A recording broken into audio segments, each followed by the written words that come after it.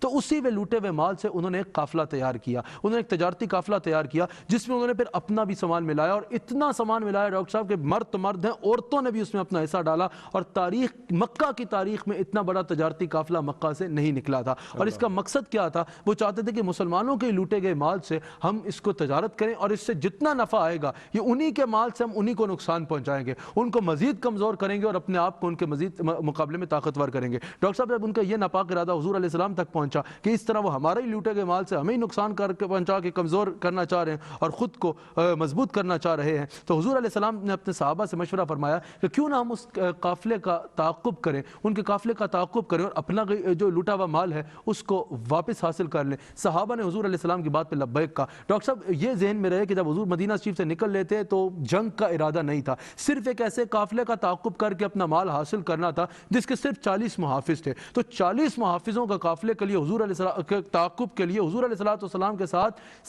313 صحابہ تیار ہو گئے. اب ڈاکٹر صاحب اب جنگ نہ کرنی ہو, صرف 40 محافظوں پہ مشتمل قافلے کو روکنا ہو, اپنا مال حاصل کرنا ہو واپس, تو اس کے لیے 313 بہت بڑی تعداد ہے. حضور علیہ السلام کے ساتھ حضور کے غلام نکلے. وہاں ڈاکٹر صاحب ابو سفیان کو یہ خبر ہو گئی کہ حضور اپنے غلاموں کے ساتھ نکل آئے ہیں اس قافلے کے تعاقب کے لیے. ابو سفیان نے مکہ میں پیغام بھیج دیا ابو جہل کو اور دیگر سرداران مکہ کو کہ حضور علیہ السلام وہاں سے اس قافلے کے تعاقب کے لیے اپنا مال واپس حاصل کرنے کے لیے مدینہ شریف سے نکل آئے ہیں, تم لوگ اگر اپنا مال بچا سکتے ہو تو بچا لو. ڈاکٹر صاحب وہاں پر ابو جہل نے باقی سرداران مکہ سے کہا کہ یہ تو بڑا اچھا موقع ہے, وہ تو وہاں اکیلے ہیں, 313 نہتے لوگ ہیں. ڈاکٹر صاحب ٹوٹل 80 اونٹ, 3 گھوڑے اور 8 تلواریں تھیں, کسی کے سب کے پاس تلواریں بھی نہیں تھی. تو کہا وہ نہتے لوگ 313 وہاں پر موجود ہیں جن کا نہ جنگی تیاری سے نکلے, نہ تلواریں ہیں, نہ کوئی زیادہ نیزے باز ہیں, نہ کوئی زیادہ جنگی سامان ہے, چلو بہترین موقع ہے, ہم یہاں سے نکلتے ہیں اور ان کی کمر توڑ کے رکھ دیں گے. ہم صحرا میں ان کے اوپر اور ان کے نبی کے اوپر ایسا حملہ کریں گے کہ وہ دوبارہ کبھی اٹھ نہ پائیں گے, ان کے اوپر ایسا حملہ کرتے ہیں. ڈاکٹر صاحب وہاں پر جب حضور علیہ السلام کے اوپر اور حضور کے غلاموں کے اوپر حملہ کرنے کا منصوبہ ابو جہل نے پیش کیا, تو دیگر جو سرداران مکہ تھے انہوں نے کہا کہ ان کا مقابلہ اتنا آسان نہیں ہے, ان کا مقابلہ کرنا اتنا آسان نہیں ہے, وہ بڑے بلند ہمت لوگ ہیں, یہ وقت مناسب نہیں ہے. اور یہ وہ سردار تھے ڈاکٹر صاحب کہ اگر یہ شامل نہ ہوتے نا تو قافلہ نکل نہ پاتا. ابو جہل کے ساتھ جب ان لوگوں نے ملنے سے انکار کر دیا, شیطان نے دیکھا یہ کام تو مشکل ہو رہا ہے, یہ تو قافلہ رہ جائے گا. شیطان بوڑھے شخص کی شکل میں سامنے آیا کہ تم لوگ اتنے مردان عرب اور تم لوگ ان کے سامنے جاتے ہوئے ڈر رہے ہو جو نہتے 313 صحرا میں, میں بوڑھا شخص تمہیں کہتا ہوں کہ میں آگے لگتا ہوں اور ان پر حملہ کرو. شیطان کے اکسانے پر ڈاکٹر صاحب 950 کم و بیش 1000 لوگوں کا 950 لوگوں کا لشکر تیار ہوا. وہاں 313 بغیر جنگی سامان کہتے ہیں یہ سارے جنگی تیاری کے ساتھ مکہ مکرمہ سے روانہ ہوئے. ڈاکٹر صاحب حضور علیہ السلام کو جب پتہ چلا کہ وہ لوگ آ رہے ہیں, حضور نے اپنے غلاموں سے مشورہ فرمایا اور فرمایا دیکھو مجھے تم میں سے کسی سے کوئی گلہ نہیں ہوگا, تم لوگ جنگی سامان کے ساتھ نہیں آئے, جنگی تیاری سے نہیں آئے, گھر بتا کے نہیں آئے, تم میں سے اگر کوئی واپس جانا چاہتا ہے تو چلا جائے. ڈاکٹر صاحب صحابہ اٹھے, صدیق اکبر اٹھے, فاروق اعظم اٹھے, حضرت سعد اٹھے,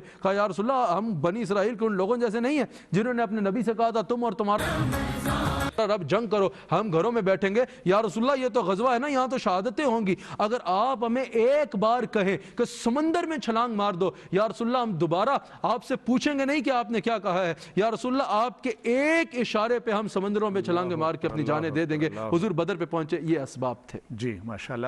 پھر صاحب یہ بتائیے کہ میدان بدر میں پہنچنے کے بعد نبی کریم صلی اللہ علیہ وآلہ وسلم کا عمل مبارک کیا تھا, انہوں نے کیا اقدامات فرمائے, اور جو منظر نظر آ رہا تھا اس وقت میدان بدر کا اس پہ ذرا روشنی ڈالیے کہ وہ کیا روح پرور منظر تھا. ڈاکٹر صاحب جب حضور علیہ السلام میدان بدر میں پہنچے, غزوہ بدر کے مقام پر پہنچے, رات کا وقت تھا, حضور علیہ السلام نے صحابہ کو حکم فرمایا, حضور کو سپہ سالار اعظم بھی کہا جاتا ہے, حضور علیہ السلام نے صحابہ کو حکم فرمایا کہ یہ جتنے کنویں ہیں نا ان کو بند کر دو. سارے کنووں کو بند کر دیا گیا, ایک کنواں چھوڑا گیا جو مسلمانوں کے قبضے میں تھا, جس پر حضور علیہ السلام نے محافظوں کو کھڑا کر دیا. پھر ڈاکٹر صاحب حضور علیہ السلام نے صحابہ کو حکم فرمایا کہ تم رات کو آرام کر لو, رات کو نیند کر لو. اب وہاں زمین ایسی تھی جس میں چلنا دشوار تھا, ریت تھی, اللہ تعالیٰ نے اس مقام پر بارش برسائی تاکہ زمین نرم ہو جائے. حضور علیہ السلام کے صحابہ نے آرام کیا. ڈاکٹر صاحب لیکن سیدنا صدیق اکبر رضی اللہ تعالیٰ عنہ فرماتے ہیں کہ اس دن حضور علیہ السلام اتنا رو رہے تھے کہ میں نے حضور علیہ السلام کو کبھی اتنا روتے نہیں دیکھا سجدے کی حالت میں. حضور سجدے کی حالت میں اور حضور زاروں قطار روتے جا رہے ہیں, اور حضور کی زبان پر بس ایک بات ہے, یا اللہ یہ 313 لوگ میری زندگی کی کمائی ہیں, یا اللہ میں نے مکہ میں پتھر کھا طائف میں پتھر کھا کھا کے ان کو تیار کیا ہے, یا اللہ یہ باغ میں نے اپنا خون دے کے سینچا ہے, یہ باغ میں نے مکہ میں اوجڑیاں پھینکی جاتی تھی, تلخ کلامی کی جاتی تھی, رستے میں کانٹے پھینکے جاتے تھے, ان مشکلات سے گزر کے میں نے یہ 313 لوگ تیار کیے ہیں, یا اللہ یہ میری زندگی کی کمائی ہے. میں آج تجھے یہ نہیں کہتا کہ ہمیں بچا لے, میں آج تجھے یہ نہیں کہتا کہ ان 313 کو بچا لے, لیکن یا اللہ اگر آج یہ 1000 کافر ان 313 کو کچل گئے نا, آج اگر ان پر غالب ہو گئے تو یا اللہ قیامت تک تجھے رب کہنے والا کوئی باقی نہیں رہے گا, قیامت تک تیرا نام لینے والا کوئی دنیا میں باقی نہیں رہے گا. ڈاکٹر صاحب میرے آقا علیہ الصلوۃ والسلام روئے جا رہے ہیں. صدیق اکبر کہتے ہیں میں بار بار حضور سے عرض کر رہا تھا یا رسول اللہ ہمیں آپ کو اس طرح رونا نہیں دیکھا جاتا, ہم سب آپ پہ قربان, آپ ایسے نہ روئے, لیکن حضور زاروں قطار رو رو کے کہہ رہے تھے یا اللہ اگر آج ان 313 کو یہ کچل گئے تو قیامت تک تیرا نام لینے والا دنیا میں باقی نہیں ہوگا. ڈاکٹر صاحب صدیق اکبر کہتے ہیں حضور نے سر اٹھایا اور حضور مسکرانا شروع ہو گئے. حضور نے فرمایا ابو بکر مبارک ہو, اللہ نے مجھے بشارت دی ہے, اللہ نے میرے سے وعدہ کیا ہے کہ صبح فتح ہماری ہوگی اور صبح 1000 ملائکہ میدان بدر میں اتر کے ہمارے ساتھ جنگ لڑیں گے. پھر حضور نے فرمایا ابو بکر میں دیکھ رہا ہوں جبریل امین زرد رنگ کا امامہ باندھے زمین و آسمان کے درمیان گھوڑے کی رکاب تھامے 1000 ملائکہ کے ساتھ موجود ہیں جو صبح میدان بدر میں اتریں گے اور ہمارے ساتھ جنگ کریں گے. ڈاکٹر صاحب وہاں سے ابو جہل نے اپنے ایک رپورٹر کو, اپنے جاسوس کو بھیجا, عمیر اس کا نام تھا, کہ جاؤ دیکھ کیا وہاں حالت کیا ہے. عمیر گیا, اس نے کہا وہاں تو اتنے لوگ ہیں کہ اگر 3 اونٹ بھی ذبح کر کے ان کو دیے جائیں تو ان کے لیے بہت ہوں گے.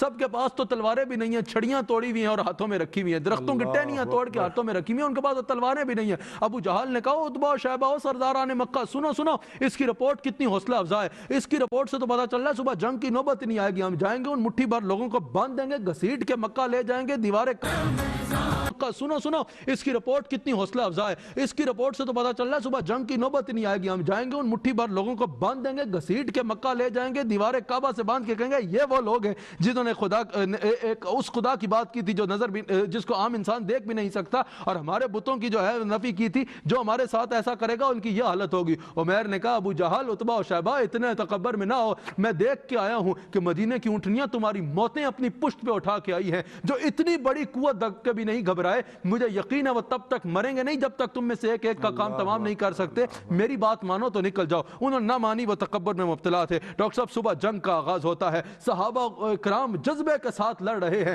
اور ان کو جو ہے وہ واصل جہنم کر رہے ہیں. حضرت علی کہتے ہیں میں نے پلٹ کے دیکھا حضور کہاں ہے, حضور سجدے میں تھے اور یا حیو یا قیوم, یا حیو یا قیوم کہہ کے اللہ کو پکار رہے تھے. کہتے ہیں کہ اچانک حضور نے اپنی تلوار نہام سے نکالی اور کہتے ہیں ہم نے دیکھا ایک شخصیت ہے جو سب سے اگلی صف میں بڑھ کے کافروں سے لڑ رہی ہے اور کافروں کو اس کی تلوار جو ہے وہ فاصل جہنم کر رہی ہے. حضرت علی کہتے ہیں جب میں نے دیکھا تو وہ کوئی اور نہیں, وہ مصطفیٰ علیہ الصلوۃ والسلام خود تھے. حضور خود سب سے اگلی صف میں جا کے کافروں سے لڑ رہے تھے. پھر کیا ہوتا ہے, صحابہ حضور کے پاس آئے, یا رسول اللہ عجیب بات ہے, کافر سواریوں سے گر رہے ہیں, گرانے والا نہیں دکھ رہا, کافروں کی گردنیں اتر رہی ہیں, اتارنے والا نہیں دکھ رہا. حضور نے فرمایا الحمدللہ 1000 فرشتے میدان بدر میں اتر آئے ہیں جو ہمارے ساتھ ان کافروں سے جنگ کر رہے ہیں. ڈاکٹر صاحب یہ منظر کیسے بھولا جا سکتا ہے. حضرت عبد الرحمن بن عوف کہتے ہیں کہ 2 بچے معاذ اور معیذ میرے پاس آئے, کہا ابو جہل کہاں ہے, ان کی عمر کم تھی جوانوں کی. عبد الرحمن بن عوف کہتے ہیں کہ وہ جو اتنے پہرے داروں کے اتنے فوجیوں کے درمیان میں ہے نا, اپنی جو اپنی فوج ہے ان کے درمیان میں ہے, اپنے جو لشکر ہے اس کے درمیان میں ہے,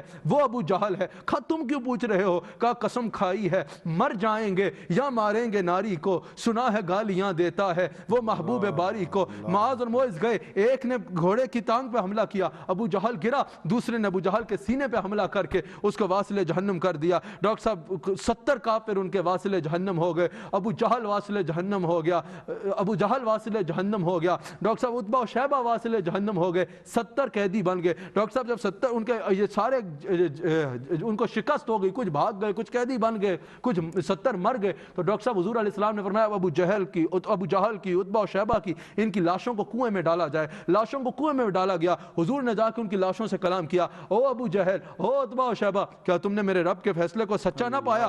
دیکھ لو آخر جیت حق کی ہوئی, آخر جیت حق کی ہوئی. ڈاکٹر صاحب 70 قیدیوں کو مدینہ منورہ جی لایا گیا. 70 قیدی تھے. ڈاکٹر صاحب اللہ اکبر, یہاں حضور علیہ الصلوۃ والسلام کی ایک رحمت کا بھی خوبصورت منظر نظر آتا ہے. حضرت بلال کہتے ہیں کہ جب ہم غزوہ بدر سے واپس آئے نا, ہر صحابی اس دن بہت خوش, لیکن حضور کی آنکھوں میں موٹے موٹے آنسو ہیں. حضور کبھی محل مبارک کے اندر جا رہے ہیں اور کبھی باہر آ رہے ہیں. حضرت بلال کہتے ہیں میں نے حضور سے پوچھا یا رسول اللہ صلی اللہ علیہ وآلہ وسلم, آج ہر مسلمان اتنا خوش ہے, آپ کی بے چین کیوں نظر آتے ہیں؟ حضور نے فرمایا بلال, یہ جو دشمن آئے ہیں نا ڈاکٹر صاحب, یہ دشمن کون تھے؟ جو مکہ سے کہہ کے نکلے تھے آج ہم مسلمانوں کے نبی پہ حملہ کر کے ان کی کمر توڑ دیں گے مسلمانوں کی, آج ان سب کو زمین کر دیں گے کہ وہ دوبارہ کبھی سر نہیں اٹھا سکیں گے. حضور پہ حملہ کرنے کی نیت سے نکلے. حضور نے کہا بلال, یہ جو تم نے ان کو رسیوں سے باندھا ہوا ہے نا تم لوگوں نے, مجھے بستر پہ لیٹتا ہوں نیند نہیں آتی, مجھے خیال آتا ہے ان کے بدن پہ رسی چبھ رہی ہوگی, ان کی رسیاں ڈھیلی کر دو. ایسے نبی رحمت علیہ الصلوۃ والسلام ہمارے. اور ڈاکٹر صاحب اس میں حضور علیہ الصلوۃ والسلام کے ہمیں کئی معجزات بھی نظر آتے ہیں. حضرت عمر فاروق رضی اللہ تعالیٰ عنہ فرماتے ہیں غزوے سے ایک دن پہلے حضور غزوے کے مقام پہ گئے, دائرے لگا رہے, فرما رہے ہیں کل فلاں کافر یہاں پہ نار ہوگا, فلاں کافر یہاں پہ نار ہوگا. حضرت عمر کہتے ہیں اگلے دن دیکھا ہم نے جس جس مقام پہ حضور نے دائرے لگائے تھے این اسی مقام پہ وہ کافر پہ نار ہے. آج کے دن ثابت ہوا کہ حق کی جیت ہوتی ہے چاہے قلت میں بھی کیوں نہ ہو. بہت شکریہ پیر صاحب, آپ نے غزوہ بدر کے حوالے سے بہت ایمان افروز گفتگو فرمائی. ناظرین کرام, معرکہ بدر ایک یقین ہے, ایک عشق کی مثال ہے. حکیم الامت نے کہا تھا صدق خلیل بھی ہے عشق, صبر حسین بھی ہے عشق, معرکہ وجود میں بدر و حنین بھی ہے عشق. آج کے دن جو مسلمان اللہ کو پیارے ہوئے, اللہ تعالیٰ سے دعا ہے کہ شہدائے بدر کے صدقے ان کو قرب مصطفیٰ نصیب ہو. میرے والدین مکرم بھی 17 رمضان کو اللہ کو پیارے ہوئے تھے. آپ سب سے التجا ہے کہ سب مرحومین کے لیے آج دعا کیجئے, اللہ تعالیٰ سب کی بخشش فرمائے. پروگرام کا وقت اپنے اختتام کو پہنچتا ہے. اپنے میزبان ڈاکٹر اطہر قسیم کو اجازت دیجیے. اللہ نگہبان.